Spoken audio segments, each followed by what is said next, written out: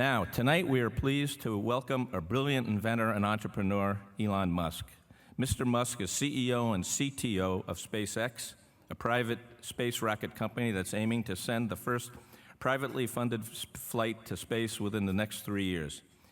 He also serves as a CEO and product architect of Tesla Motors, at which he has overseen the development and design of the all-electric Tesla Roadster, the Model X SUV, and the Model S sedan, which we have here tonight on display at the front of the ballroom.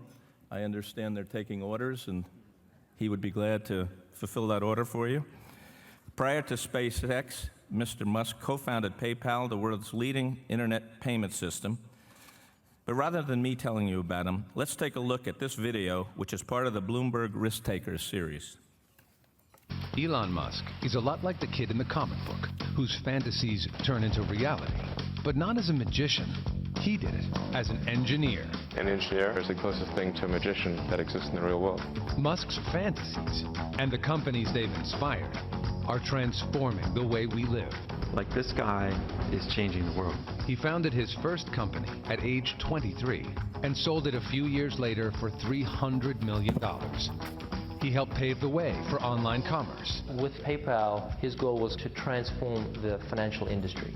He made solar energy affordable and jump-started the electric car industry. We show that you can make compelling electric cars that people really want to buy. And he's beating NASA to outer space. Elon Musk goes a step further. Earth's not big enough.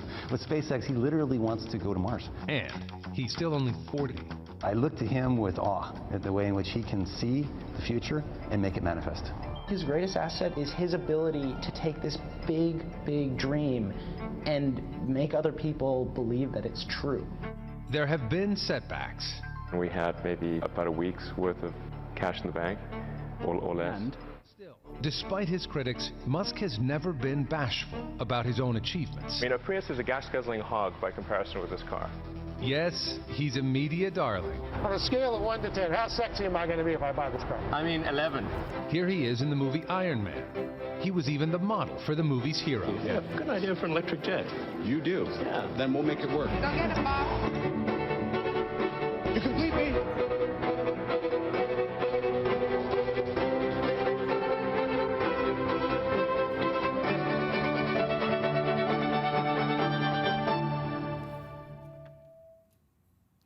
Ladies and gentlemen,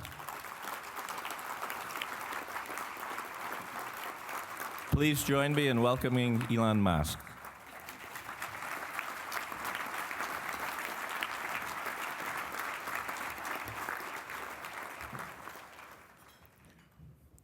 Well, thank you for having me. It's an honor to be here before you.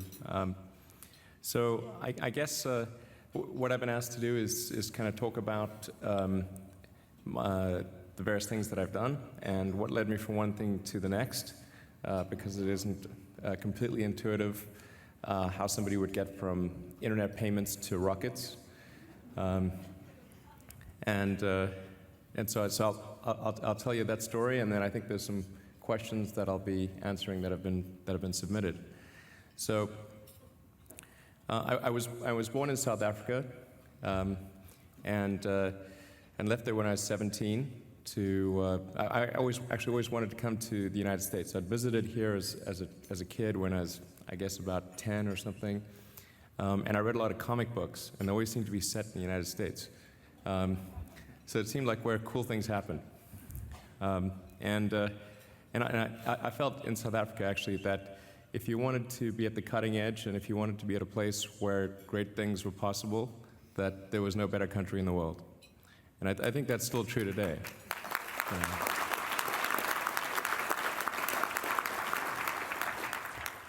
And I don't mean to suggest complacency, you know, because one can lose that, but I do think it is true, even still. So I had to go through a somewhat circuitous route because although my grandfather was American, a lot of people don't know that, from Minnesota. And which is not far from here, I think. Close. My great-grandfather was also from Minnesota, and in fact, I was named after my great-grandfather. So I'm kind of the opposite of Barack Obama. I'm from Africa, named after an American.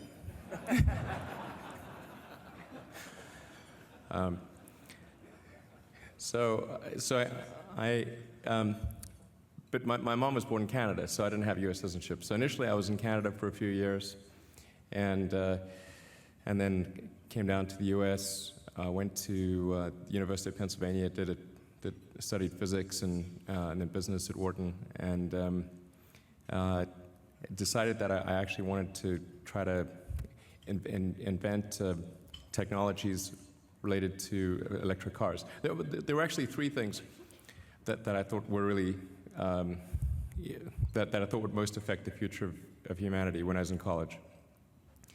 And those three were the internet, sustainable energy, and making life multiplanetary. But I thought about those things in the abstract. It wasn't as though I thought that I would actually be involved in all three of those things. But so it goes. And at the time, I actually thought probably the best opportunity might be in electric cars. And so I actually went out to California originally with the intent of doing a PhD at Stanford on high energy density storage devices for electric cars, particularly ultracapacitors. And I got out there, and then during that summer, I wrote some internet software, and this was in '95, and I thought, well, I can either spend several years doing a PhD on ultracapacitors and maybe find out that success was not one of the possible outcomes, because that's unfortunately how it can sometimes go. Or I can try to start an internet company and see how that goes. And I did hedge my bets. I actually asked for deferment at Stanford, so I figured. In fact, I talked to my professor and said I'd like to defer for about maybe 3 to 6 months, and I'm pretty sure I'll be back because companies usually fail, and that's how it goes. And he said, well, it's probably the last conversation that we'll have. That was the last conversation we had.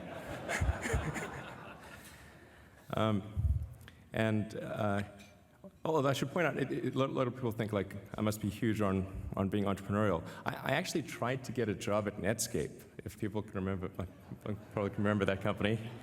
I sent in my resume, didn't get a reply, and I tried hanging out in the lobby, but I was too shy to talk to anyone. So I figured, well, either I'll start an internet company or I won't do anything on the internet. So that's where I wrote some software and started my first internet company called Zip2, and that turned out well, actually. So we ended up building software that helped bring the media companies online, particularly the newspapers. They weren't always online, and we weren't a consumer brand, but we helped with the New York Times and Knight Ridder and Hearst and a number of others who were investors and customers. So sold that to Compaq at the time, and then with the funds from that, started a company called X.com, which merged with a company called Confinity to create PayPal. So, and initially with X.com, in the early days of the idea, I was just trying to figure out, well, where is there an opportunity in an industry that perhaps hasn't had a lot of innovation applied to it, where the internet could make a lot of sense. And it seemed to me that, well, money is essentially just an entry in a database, and there wasn't really. It was quite difficult to pay for things online. If you weren't a credit card processor, like on eBay, people would mail checks to one another. So we created this system which actually had an integrated set of financial services and had this feature which enabled you to transfer funds just by entering an email address. And when we demonstrated the system, nobody cared about the financial services, but people loved the email payments thing, which was the easiest to implement. So we focused on that. And now this is approximately December of '99. Things were kind of crazy in December of '99. Like the NASDAQ was 4,000 or something like that. We debuted the site kind of like around that time, and then by the end of January, we had about 100,000 customers. And we had 5 people in customer service. That's a lot of anger.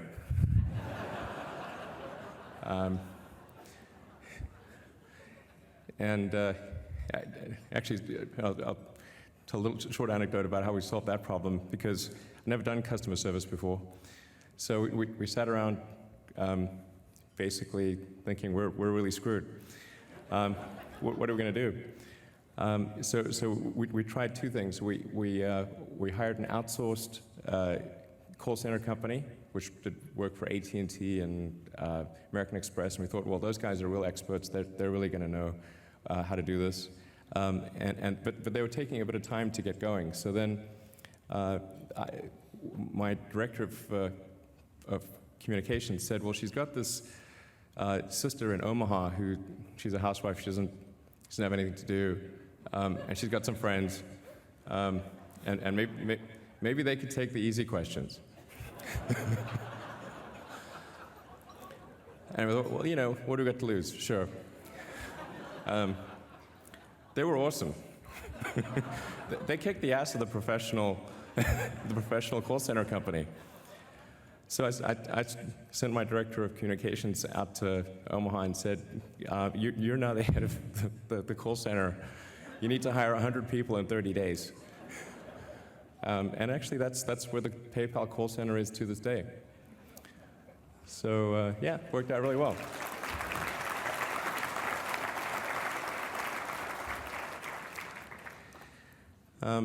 So then, things are quite turbulent in 2000, particularly on the internet. But I'd like to thank Madison Dearborn for investing in March of 2000, and I understand it ended up being a pretty good return. It did. And we made it through that really tough period, and then in February of 2002, I took the company public, and then we received an offer in about mid-2002 from eBay to purchase the company, and we sold the company for a decent amount of money. So, in fact, it allowed me to do some of the other things that are relatively high capital endeavors, rockets and cars. They take a lot of cash. So I started SpaceX first, and I'll go a little bit backtrack a little, because initially I was not going to start a rocket company. The thought I had was that we needed to reinvigorate interest in space and in exploration, and I thought, well, if we could just do something that would get people excited about space exploration, then NASA would get more money, and then we could continue on and send people to Mars and have a base on the moon, and just, we can keep going in space. And so the thought I had was this thing called Mars Oasis, which was to send a small greenhouse with seeds and dehydrated nutrient gel. You'd land the greenhouse and you'd hydrate the gel, and the plants would grow. And the public tends to be, or people in general tend to respond to precedents and superlatives. So this would be the furthest that life's ever traveled, the first life on another planet. And so I thought, well, that would get people really excited. And So I started learning more and more about space and all of the elements. And although I have a physics degree, which is helpful, I didn't know anything about rockets or spacecraft or anything. But I learned more and more, and I was able to get the cost of the spacecraft and communications and so forth down to a reasonable number, sort of in the sort of several $1 million range, which is very low for something like that. But I had trouble with the rockets. And the lowest cost US rocket was a Boeing Delta II, and that was $65 million. And I figured that we'd probably make some mistakes, so we needed to do 2 of these in case one went wrong, and because otherwise it would be really, anticlimactic. And yeah, maybe not have the desired effect. And I didn't have enough money for that, because I wasn't expecting this would make any return. So I thought, well, where can you get lower-cost rockets? And, Russia, as it turns out, has a lot of rockets. And, with the disarmament and the various SALT treaty, SALT talks and so forth, they had to destroy a bunch of rockets under the treaties. And well, instead of destroying them, you could sell a few to us. So I went to Russia 3 times. That was to buy an ICBM.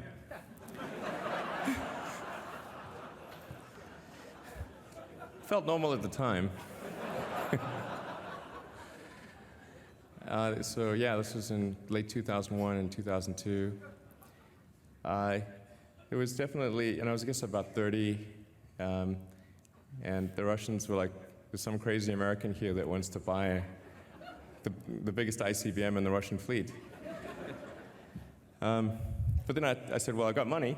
They said, well, he may be crazy, but he has money. And they're happy to talk to me. So after the 3rd trip to Russia, I was like, wow, I got really tired of going to Russia. And I started to learn more and more about it, and I thought, well, maybe, how hard is it to make a rocket? It's like, what does it really take? And so I gathered together a group of engineers, and we had a series of sessions during the weekends, because most of them were working. And I just wanted to understand what made rockets expensive, or what goes into a rocket. You learn a lot, I think, often more by talking to people than by reading books, but I mean, both are good sources. And it just seemed to me like there wasn't really anything fundamentally preventing us from having much more advanced rockets that lowered the cost of access to space. And I also decided that I was wrong about my initial assumption about there being insufficient will. I think there's actually a great deal of will to explore in the United States, but particularly the United States, which is a nation of explorers. It's really fundamental to the American psyche. There's no shortage of will, but people need to believe that there is a way. And so I thought, okay, well, we need to work on the way. And so I started SpaceX in 2002 with the proceeds from PayPal, a large part of the proceeds from PayPal. And the initial idea was, well, let's make the smallest useful orbital rocket, which would be able to deliver about 1,000 pounds to orbit, there are some satellites that fit into that category. And that was the Falcon 1. And we needed to develop the whole rocket, including the engines, the stages, the guidance control system, electronics, and the launch site, because to the degree that we used legacy components, then we inherited the legacy cost structure and limitations. So we essentially had to do the whole thing from scratch. And this compounded the problem. And of course, then I'm there, and I actually tried to hire someone to be the chief designer, but the ones who were really good wouldn't join, and the ones who weren't really good, well, that wouldn't have been helpful. So I ended up being the chief designer. And, well, we got to orbit on the 4th time. It's to cut to the happy part. We did technically get to space on the 2nd and 3rd flights, just not all the way to orbital velocity. And a lot of people don't quite appreciate the difference between getting to space and getting to orbit. But to get to the edge of space, you only need about a Mach 3 terminal velocity. To get to orbit, you need a Mach 25.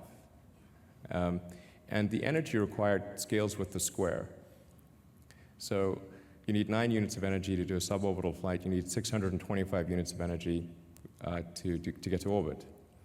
And we did almost get to orbit on Flight 2.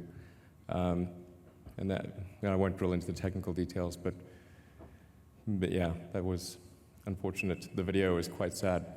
As you see it spiraling out of, technically it was spiraling in control.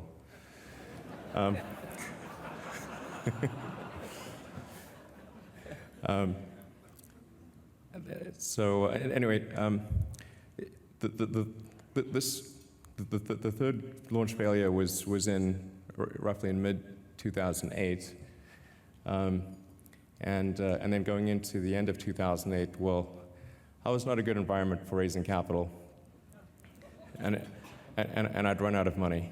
So fortunately, the 4th flight worked in late 2008, and then I think it was December 23rd, approximately, NASA announced that they were giving us a $1.6 billion contract to resupply the space station. So that was like Merry Christmas. Yeah.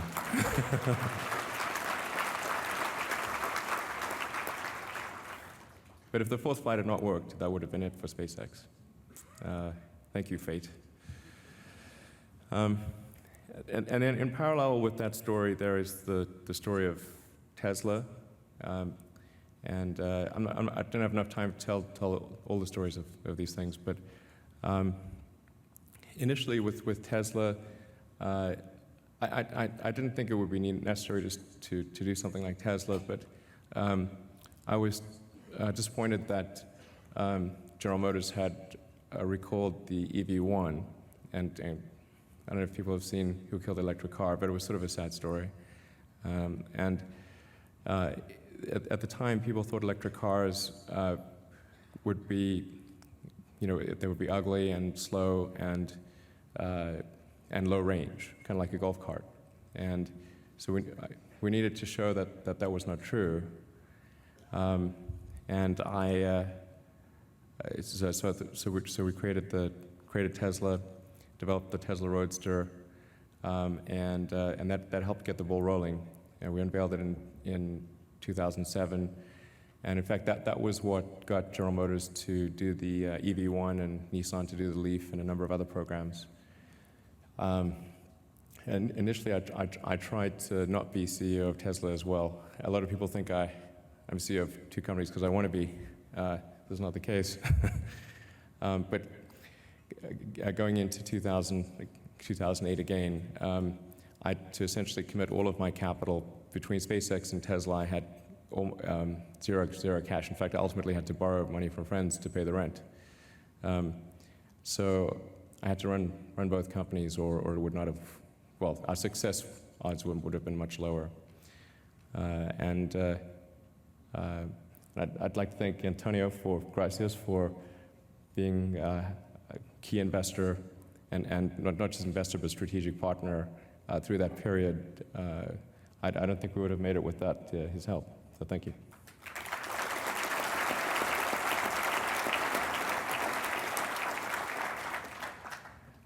So that, we had to raise a round for Tesla at the same time, and at the end of 2008, let me tell you, if you tell people you're a startup car company and you need money, and General Motors and Chrysler are about to go bankrupt, that is a tough story. But we managed to raise the money, really all from internal investors, and I'm grateful to them all for doing that. And then with Tesla, we're able to convince Daimler to become to be a partner of ours, and we provided the battery pack and charger for the electric Smart. After that was successful for about a year, then they became an investor, and they were also key to saving Tesla. And then we went public in I guess 2 years ago. Yeah, so went public 2 years ago, and it's gone pretty well. And in a few months, we'll be coming out with the Model S. So it'll go into production. That car over there. So. And with the Model S, our goal is to show that a car that is of a comparable price to other premium sedans is actually arguably a better product. It's got a range of 300 miles. It could do 0 to 60 in 4.4 seconds. It's I think it's not bad looking, and and it can charge fast. It's an awesome car. I got to do a bit of car sales. Anyway, so I'll switch back to SpaceX for a minute, and then take questions, or address the questions. Jumping to where SpaceX is now, we were able to get Falcon 1 to orbit. Then we got our Falcon 9 big rocket to orbit. Fortunately, that worked on the first time. And then we were able to launch our Dragon spacecraft and brought that to orbit and returned it to Earth. And we have an upcoming flight, which is to the space station. This will be the first time we attempt to dock with the space station. There's a lot that could go wrong. Hopefully it doesn't. So it'll certainly be a nerve-wracking time, but that launch is in the next 3 or 4 weeks. And then in about maybe 3 years or so, we should be launching astronauts. And then the long-term goal of SpaceX is to develop the technology necessary to extend life to Mars and make life multiplanetary. And I think I can see a path towards making that happen. And that's SpaceX. So, yeah.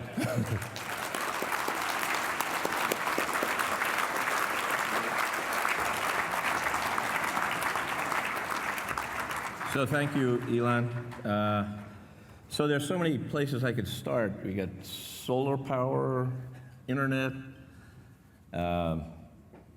space rockets, electric cars, a serial entrepreneur. So let's start with Tesla. In the development of the electric car, by the way, these questions are submitted by our members, so if they seem particularly stupid, I did not do these. So in the development of the electric car, why did you skip over the hybrid model and other alternative fuels? Sure. We actually initially did look at doing a plug-in hybrid for the sedan, and after really thinking about it for a while, I felt that we could, if we split the baby effectively, we would not make a good product. I felt if you focus on an electric car or you focus on a gasoline car, you can make a great gasoline car or a great electric car. But if you split it, you end up having a really compromised vehicle. So I felt that it was also somewhat of a transitional phase, and the plug-in hybrid felt to me more like sort of an amphibian, and you want to sort of transition all the way to being either land or ocean. That could turn out to be wrong, but that's how I felt. And I forgot to mention that there is actually a video, a SpaceX video, which I think might be interesting for people to see. I don't know if we can play that. I bet we can. Or can't we? I don't know if it's handy, but all right, there we go. Just look at the economic benefits. All right.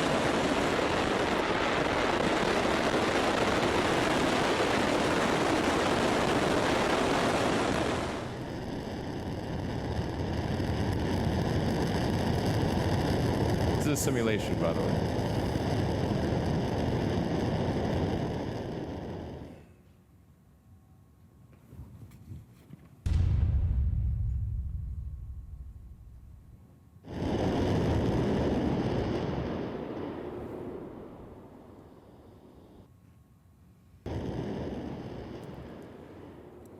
So what the simulation is showing is what we aim to get to with the next generation of rocket technology. The ultimate goal of rocket, I mean, the long sought after goal with rockets is to make one that is fully reusable, like other modes of transport. You can imagine that if you had a jet that was not reusable, very few people would fly. Or if you had a car that was not reusable, very few people would drive. We have to have rocket technology that is rapidly and completely reusable. And that's what we hope to develop next at SpaceX.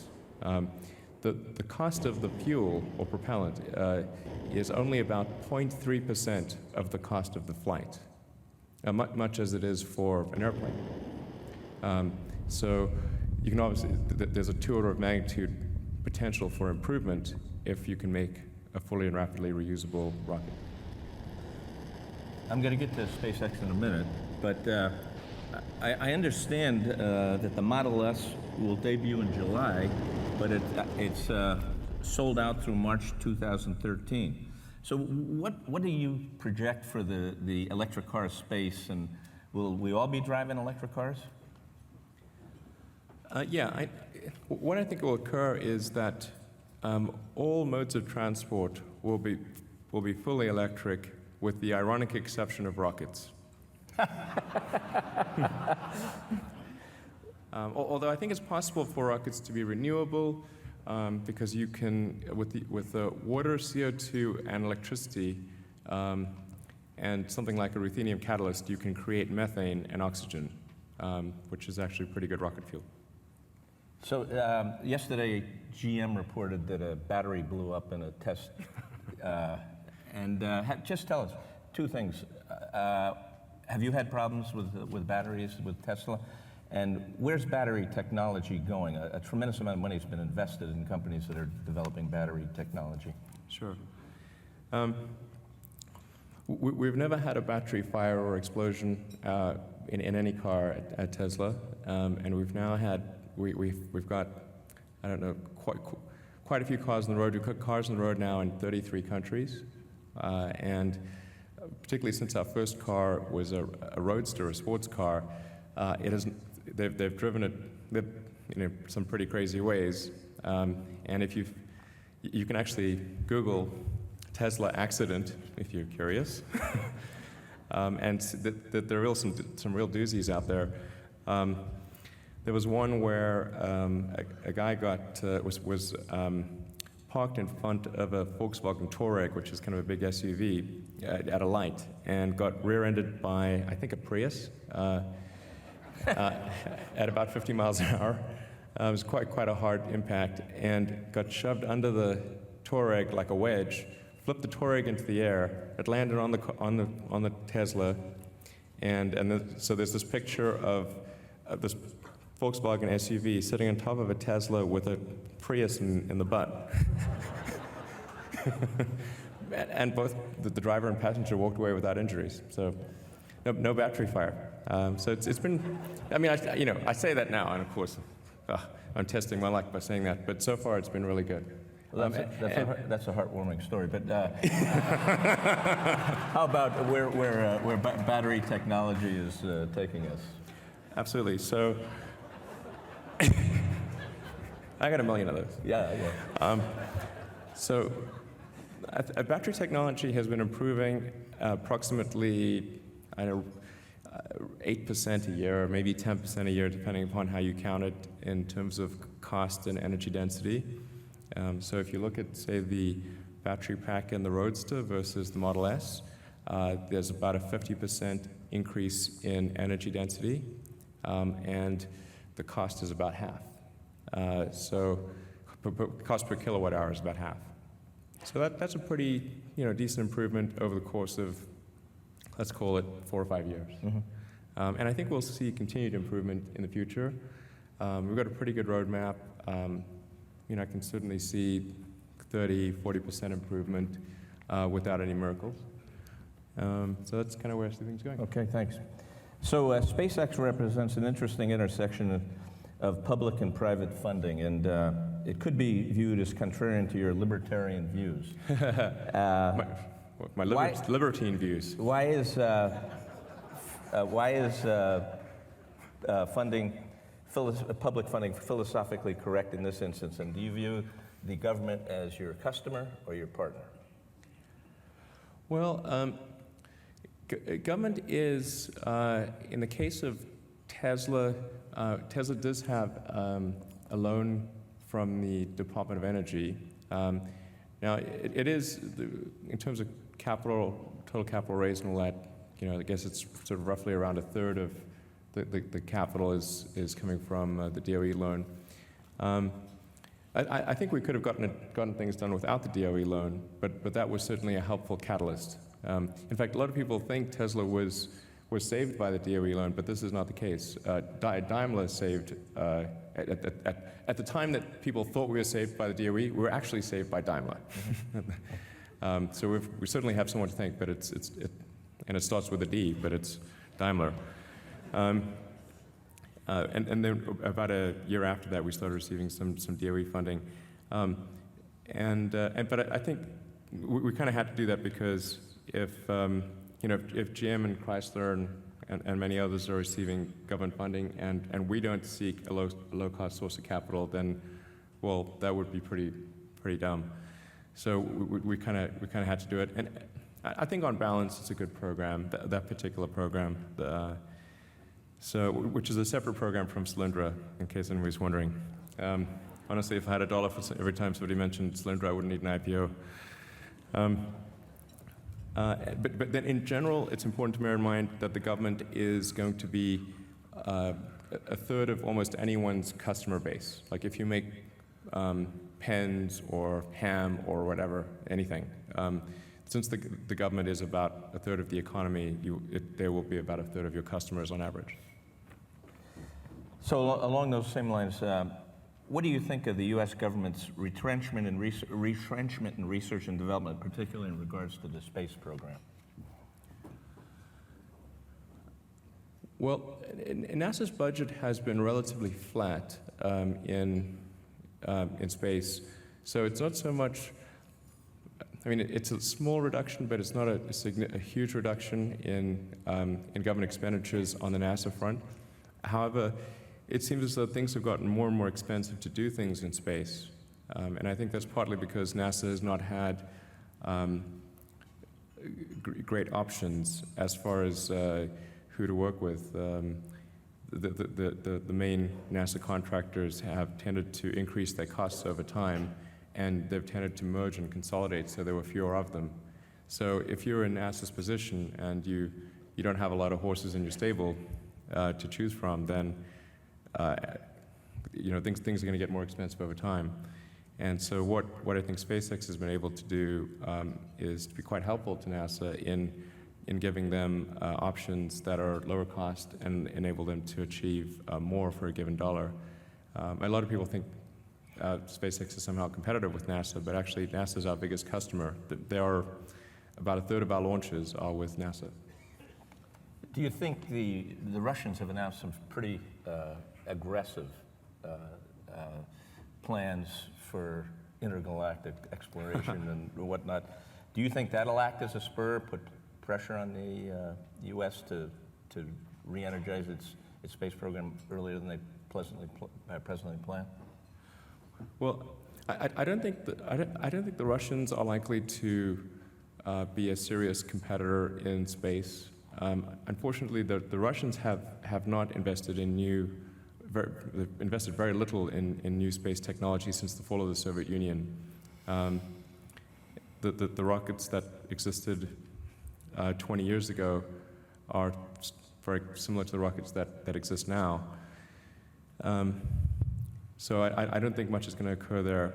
I think China, on the other hand, could be a significant competitor.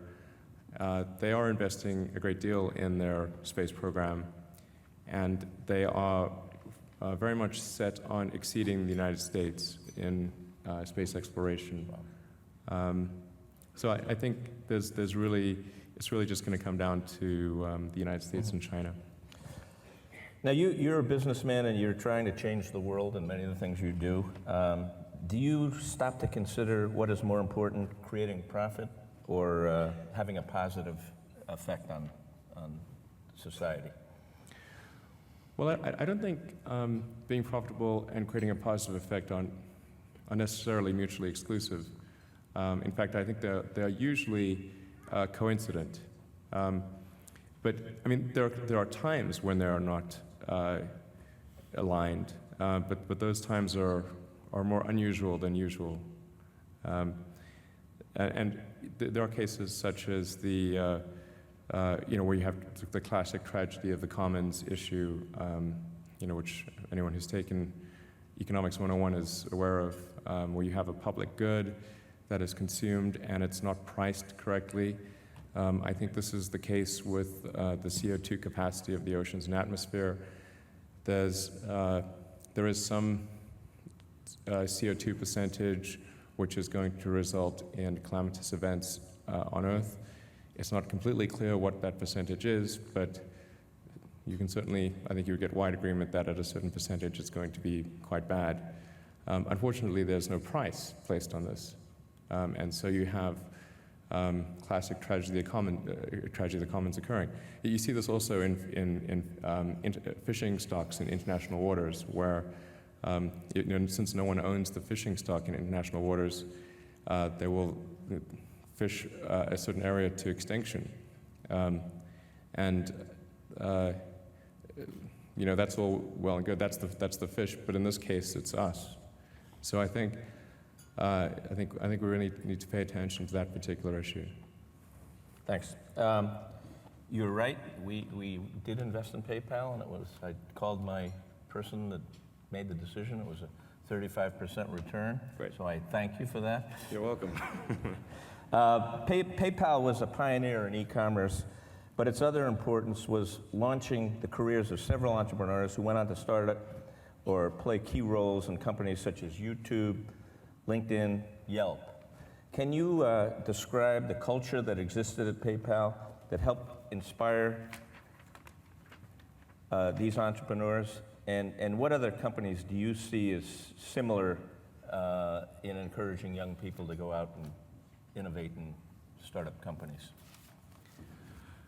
So I think part of what's caused there to be so many companies to have started from PayPal was that you had two pretty strong talent bases from X.com and Confinity that merged. So you had kind of a double talent base, and then it was sold for a pretty significant amount of money, so suddenly you had a lot of talent and a lot of liquidity, and that's what really gave rise to a lot of these companies. And there was also a good mixture of people, because there were some people like Roloff Buerta, who went to Sequoia and was a venture capitalist, and Peter Thiel, who's sort of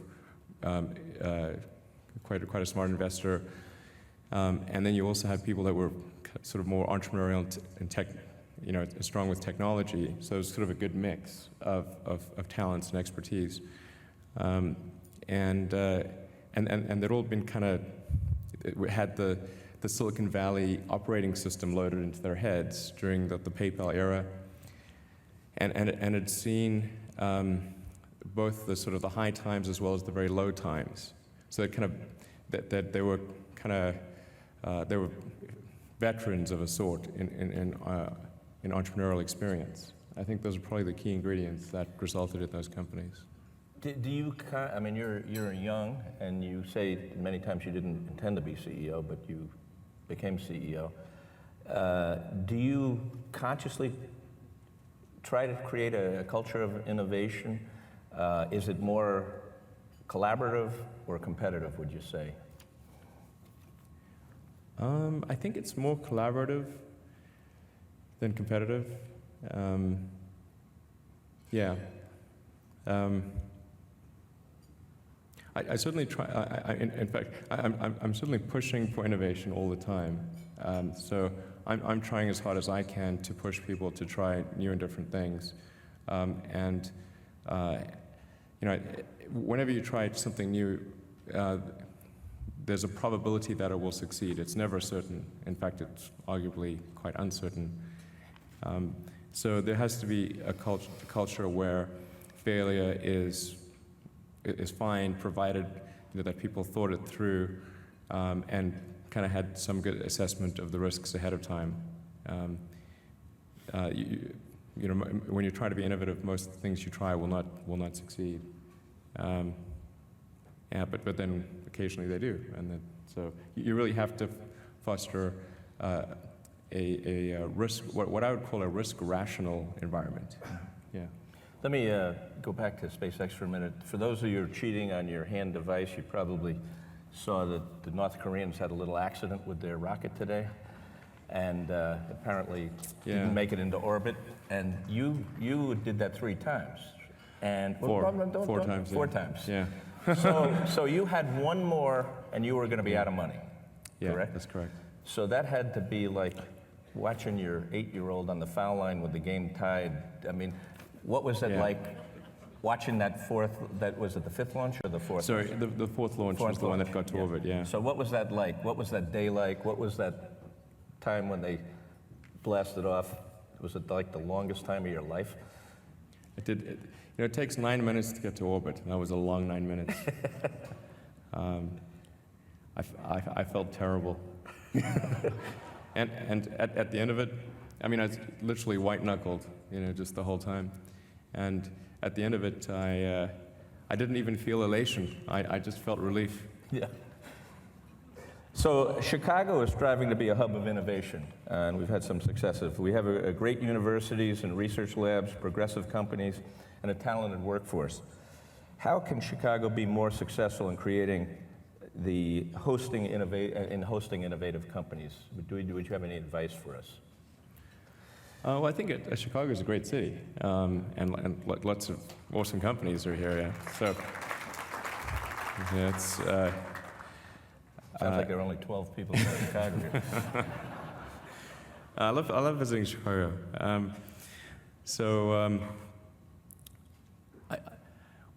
I guess it depends on what type of company. You mean sort of high-tech companies? Then I think you need to have venture capital,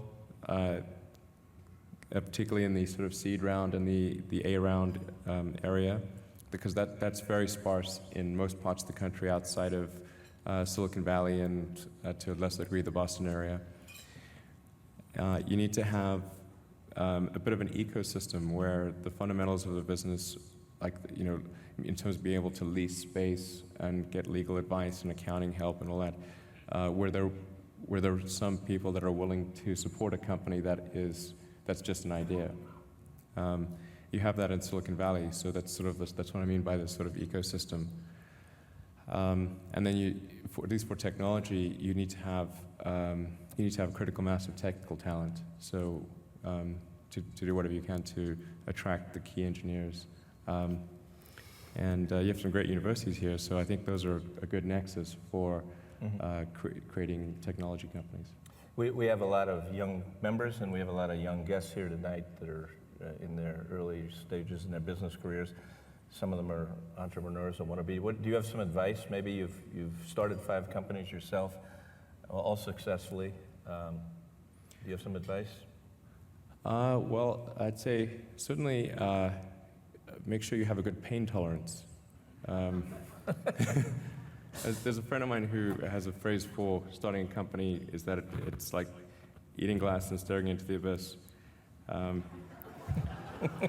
If that sounds appealing, and those who have started companies know what I mean. It's pretty hard, and you have to be prepared to live on next to nothing. I mean, when I started my first company, I had a few $1,000s. I couldn't. I started with my brother, who's here in the audience somewhere. And he came down from Canada, and we started this company, and we literally had a tiny amount of money. So we could either get an apartment or we could get an office, and the office was cheaper. So we got the office, and then we had a sort of these futons that would be couches by day, and we'd have meetings, and then they'd turn into beds at night, and we'd shower at the YMCA down the road. That's low burn rate, basically. So if you're starting a company, really focus on having a low burn rate. And I think try to get a useful product demonstration as soon as possible, even if it's just completely jury-rigged, so people can get an idea of what your product's like or service, whatever the case may be. That they need to really feel it. Everything looks great on PowerPoint. Everything works on PowerPoint. But if you can actually get a sample or a demo or something, that really makes a difference. In fact, that was key to us getting the initial Daimler contract. Daimler was really, the idea of them buying technology for an American car company was the furthest thing from their minds. That had a negative experience with Chrysler, and that was not what they wanted to do. But we created a complete working electric smart and demonstrated it for them, and that's really what got them interested. So. Is there any leader or innovator or entrepreneur that you truly admire and had an influence on you, or any mentor? Well, there's really a long list. I love reading biographies. So I think they've all had some measure of influence. I recently read, obviously, the Steve Jobs biography is great, and read a number of books, both the autobiography and a number of books on Ben Franklin. I think he's pretty awesome. I like Edison. Obviously, I like Tesla. And I like a lot of the scientists as well. Newton and Einstein and a number of others. But I've read many different things. It's difficult to say that there's only one particular one. Yeah. But I do strongly recommend reading biographies and autobiographies. Mm-hmm. I think those are really fascinating. What's your leadership style? What would people, if you weren't in the room, say about your leadership? And what do you look for in people that you surround yourself with? Well, I try to find people that are really smart and driven, and that have a strong feedback loop. It's really important to seek out feedback, particularly negative feedback. In fact, I think one of the best things that someone can give you is constructive negative feedback. But it kind of sucks to hear it, so you have to make, you kind of have to make yourself hear it. So. I agree with that statement. That's why I don't ask for it. Right. So, what's the next big thing for you? You've done 5 companies. What do you see as a problem you're ready to solve? Well, I'm definitely going to be working on SpaceX and Tesla for a long time, and then this Solar City, which is solar power. Although I'm not there on a day-to-day basis, just provide some strategic guidance, and the main credit for that goes to Lyndon and Peter Rive. But I think I'm kind of strung out right now, honestly. Did you move out of that office, or you got an apartment? Yeah, we did. Good. Yeah. Glad to hear that. Yeah, it turned out it leaked, that office. Fortunately, it doesn't rain that much in California. Yeah. So one of the most amazing things you've done, you've started 5 companies, your investors have never lost money, but I don't know anybody else that has twin boys and triplet boys. Right. How the hell did you do that? Science. And then a follow-up question. There 2 of them are 8, 3 of them are 5, right? That's correct. And so you're running 2 companies, and you're involved with another that I know of. So how do you get balance in your life? What do you do to balance all this stuff? I have a Labrador Retriever. That's about all I handle. Yeah, well, my week kind of goes like this. I have SpaceX on Monday, Tesla on Tuesday and Wednesday, then Thursday I'm back at SpaceX. I have half of Friday at SpaceX, half of Friday at Tesla, because the Tesla design studio is adjacent to the rocket factory. And then weekends are spent with my kids. So that's kind of how it works out. Well, that's pretty good. So I know you're very philanthropic. Why don't you take a few minutes to tell us some of the things that you are involved in, and I think they're important, and There's a chance to make a pitch, and there's a lot of rich guys out here. Right. I tend to support a bunch of things in the environment, and I think education is extremely important. That's probably the best investment for the long term. And I've supported a lot of educational initiatives, particularly in science and for underprivileged kids here and in other countries. We're just building a high school in Haiti, in a place that's never had a high school. I think supporting education and environmental causes, healthcare. There's so many good causes, really, but I think probably the toughest problem for this century is going to be sustainable energy, because that is just such a, the energy production of energy and consumption of energy is such a gigantic industry, and there's so much inertia, and we do have such a strong dependency on hydrocarbons. That's going to be a tough one, and so yeah. And water, people say, well, access to clean water. Have you looked at that as a place that you'd be interested in? Water is, I view water as primarily an energy problem, in that if you have affordable energy, you can run a desalination plant or water purifier, that kind of thing. And then that sort of takes us back to sustainable energy. But I do, there are localized water problems in many parts of the world, certainly. Haiti is a good example, where they've had the biggest cholera epidemic in the world. I think 400,000 or 500,000 people have been affected, which is 5% of the population, because they don't have clean water. So one final and I don't know if this is true, but have you said that you plan to retire on Mars? and if that's true, when will that be? And how the hell will you get there? Yeah, absolutely. Well, I could build some big rockets. So you're going to get yourself there. Yeah, I think the next generation of rockets after the Falcon, Falcon 9 or Falcon Heavy, basically after the Falcon line, will be capable of sending people to Mars. It's not clear how long it'll take us to develop that, but I think best case 10 years, worst case 20 years.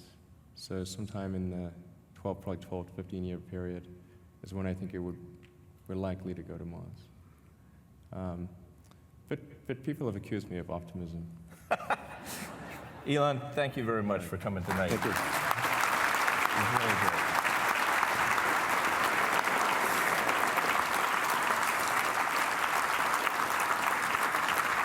I think it's pretty obvious why he's successfully founded and exited and managed 5 companies, and we really appreciate it. It's been very important to us. And thank you. This meeting is now adjourned.